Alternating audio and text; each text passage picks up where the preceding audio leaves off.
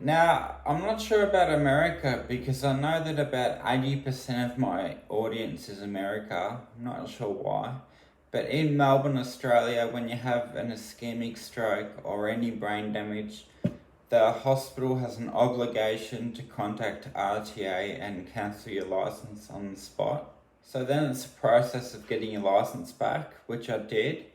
It costs a lot. It costs out of pocket nearly $1,000 of driving lessons and assessing and eye assessing and optometry and driving lessons, and it costs a lot and it took a lot to get my license back. I have done a video on how to get your license back post-stroke, so make sure you watch that before you watch this one. So about a year ago, so 5 or 6 years post-stroke, I was driving my car. I was up late the night before writing a paper for my counselling degree I'm doing. I was up really late and I'd promised the kids that I'd take them to a play centre in the morning.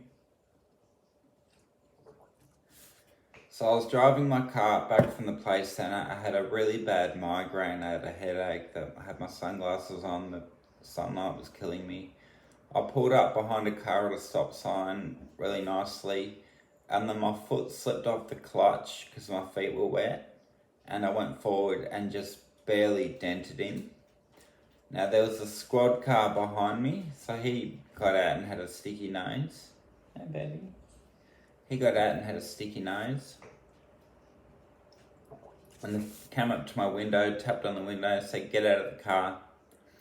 So I got out and I kind of lost my footing a little and tripped over and then stood up and kind of limped over to him a little bit. And he said, how much have you had to drink? I said, nothing. So he goes, blow into this.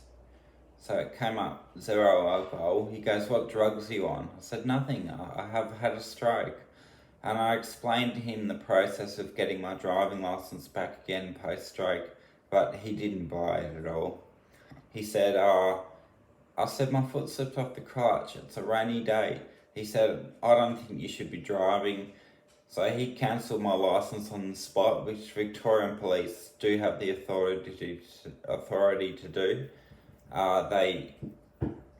He immediately rang the RTA, Vic Roads, and said cancel his license, he's unfit to drive.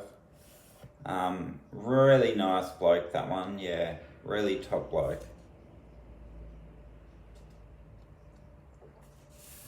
So anyway, the process of getting your license back again for the second and third time. So I had to see a private neurologist, which was out of pocket $600 per session. So for a 45-minute consult was $600 out of pocket for me. Remember that my foot slipped off the clutch and I just bumped the back of an old car. So $600 to see a neurologist.